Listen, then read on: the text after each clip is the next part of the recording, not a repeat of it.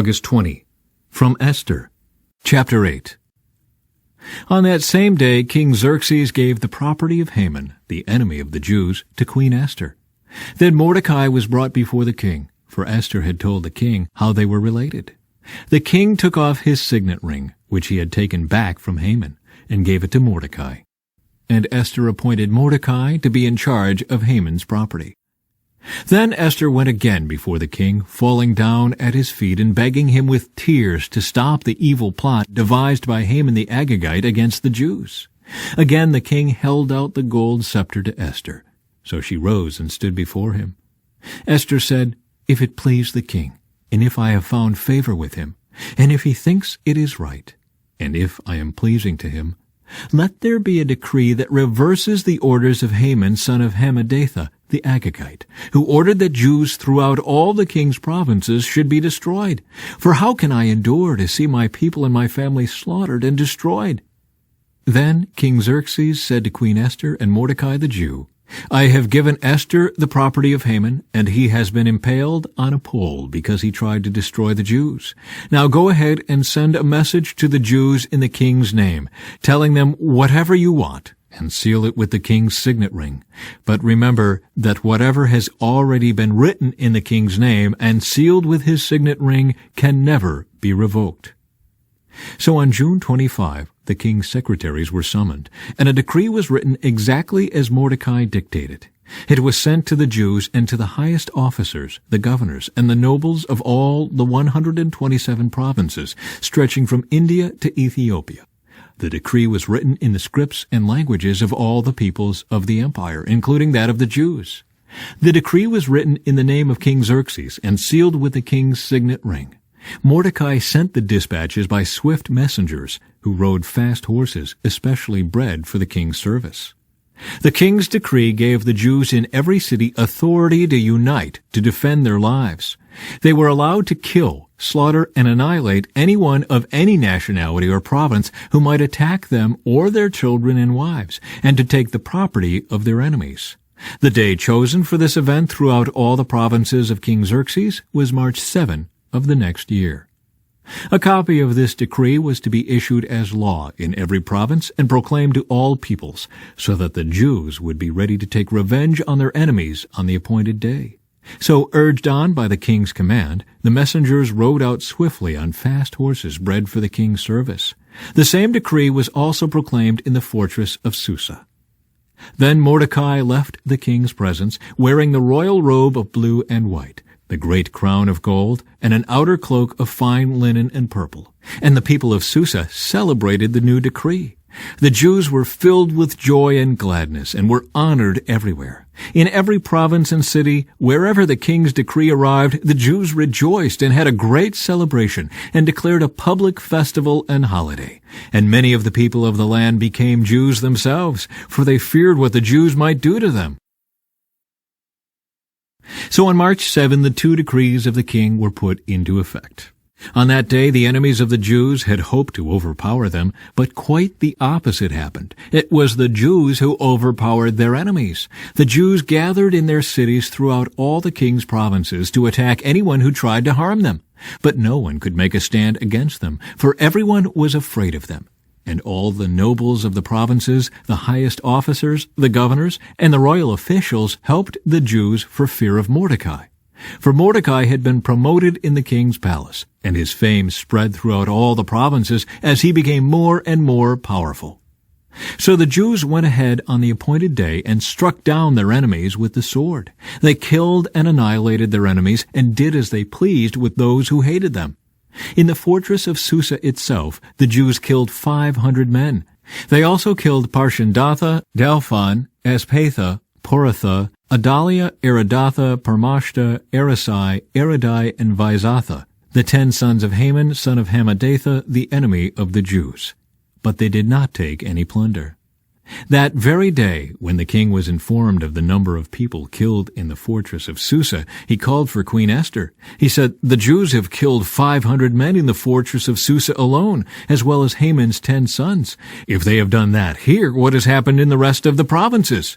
But now, what more do you want? It will be granted to you. Tell me, and I will do it." Esther responded, If it please the king, give the Jews in Susa permission to do again tomorrow as they have done today, and let the bodies of Haman's 10 sons be impaled on a pole."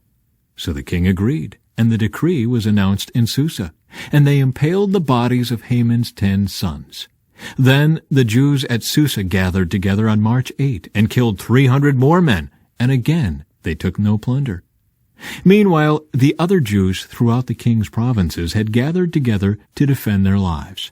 They gained relief from all their enemies, killing 75,000 of those who hated them. But they did not take any plunder.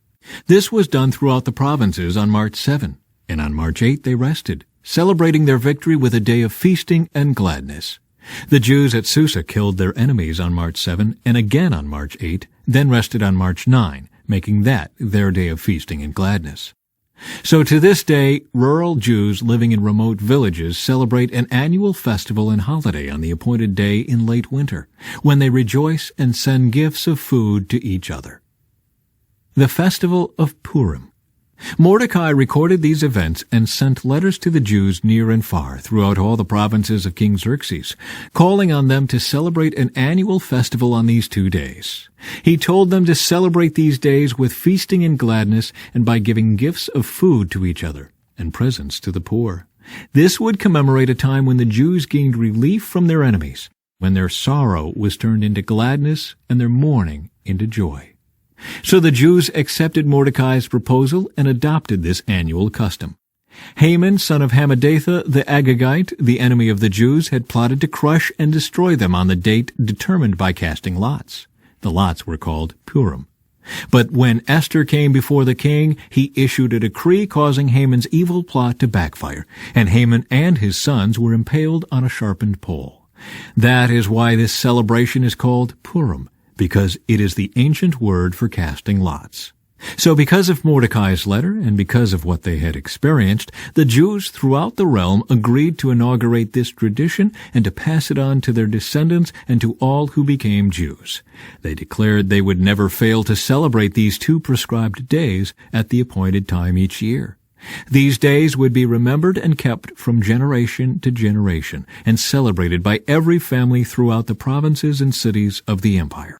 This festival of Purim would never cease to be celebrated among the Jews, nor would the memory of what happened ever die out among their descendants. Then Queen Esther, the daughter of Abihail, along with Mordecai the Jew, wrote another letter, putting the queen's full authority behind Mordecai's letter to establish the festival of Purim. Letters wishing peace and security were sent to the Jews throughout the 127 provinces of the empire of Xerxes. These letters established the festival of Purim, an annual celebration of these days at the appointed time, decreed by both Mordecai the Jew and Queen Esther. The people decided to observe this festival just as they had decided for themselves and their descendants to establish the times of fasting and mourning. So the command of Esther confirmed the practices of Purim, and it was all written down in the records. King Xerxes imposed a tribute throughout his empire, even to the distant coastlands. His great achievements and the full account of the greatness of Mordecai, whom the king had promoted, are recorded in the book of the history of the kings of Media and Persia. Mordecai the Jew became the prime minister, with authority next to that of King Xerxes himself. He was very great among the Jews, who held him in high esteem, because he continued to work for the good of his people and to speak up for the welfare of all their descendants. From 1 Corinthians. All of you together are Christ's body, and each of you is a part of it. Here are some of the parts God has appointed for the church. First are apostles. Second are prophets. Third are teachers. Then those who do miracles. Those who have the gift of healing. Those who can help others. Those who have the gift of leadership. Those who speak in unknown languages. Are we all apostles? Are we all prophets? Are we all teachers? Do we all have the power to do miracles? Do we all have the gift of healing? Do we all have the ability to speak in unknown languages? Do we all have the ability to interpret unknown languages? Of course not. So you should earnestly desire the most helpful gifts. But now let me show you a way of life that is best of all. If I could speak all the languages of earth and of angels, but didn't love others, I would only be a noisy gong or a clanging cymbal. If I had the gift of prophecy, and if I understood all of God's secret plans, and possessed all knowledge, and if I had such faith that I could move mountains, but didn't love others, I would be nothing. If I gave everything I have to the poor, and even sacrificed my body, I could boast about it, but if I didn't love others, I would have gained nothing. Love is patient and kind. Love is not jealous or boastful or proud or rude. It does not demand its own way. It is not irritable, and it keeps no record of being wronged. It does not rejoice about injustice, but rejoices whenever the truth wins out. Love never gives up, never loses faith, is always hopeful, and endures through every circumstance. Prophecy and speaking in unknown languages and special knowledge will become useless, but love will last forever. Now, our knowledge is partial and incomplete, and even the gift of prophecy reveals only part of the whole picture. But when full understanding comes, these partial things will become useless. When I was a child, I spoke and thought and reasoned as a child.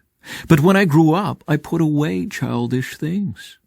Now we see things imperfectly, as in a cloudy mirror. But then we will see everything with perfect clarity. All that I know now is partial and incomplete. But then I will know everything completely, just as God now knows me completely. 3 things will last forever: faith, hope, and love. And the greatest of these is love. Psalm 37. Don't worry about the wicked or envy those who do wrong, for like grass they soon fade away, like spring flowers they soon wither. Trust in the Lord and do good. Then you will live safely in the land and prosper. Take delight in the Lord, and He will give you your heart's desires. Commit everything you do to the Lord. Trust Him, and He will help you. He will make your innocence radiate like the dawn, and the justice of your cause will shine like the noonday sun. Be still in the presence of the Lord, and wait patiently for Him to act. Don't worry about evil people who prosper or fret about their wicked schemes. Stop being angry. Turn from your rage. Do not lose your temper. It only leads to harm. For the wicked will be destroyed, but those who trust in the Lord will possess the land. Soon the wicked will disappear. Though you look for them, they will be gone. The lowly will possess the land and will live in peace and prosperity. From Proverbs. Watch your tongue, and keep your mouth shut, and you will stay out of trouble. Mockers are proud and haughty. They act with boundless arrogance.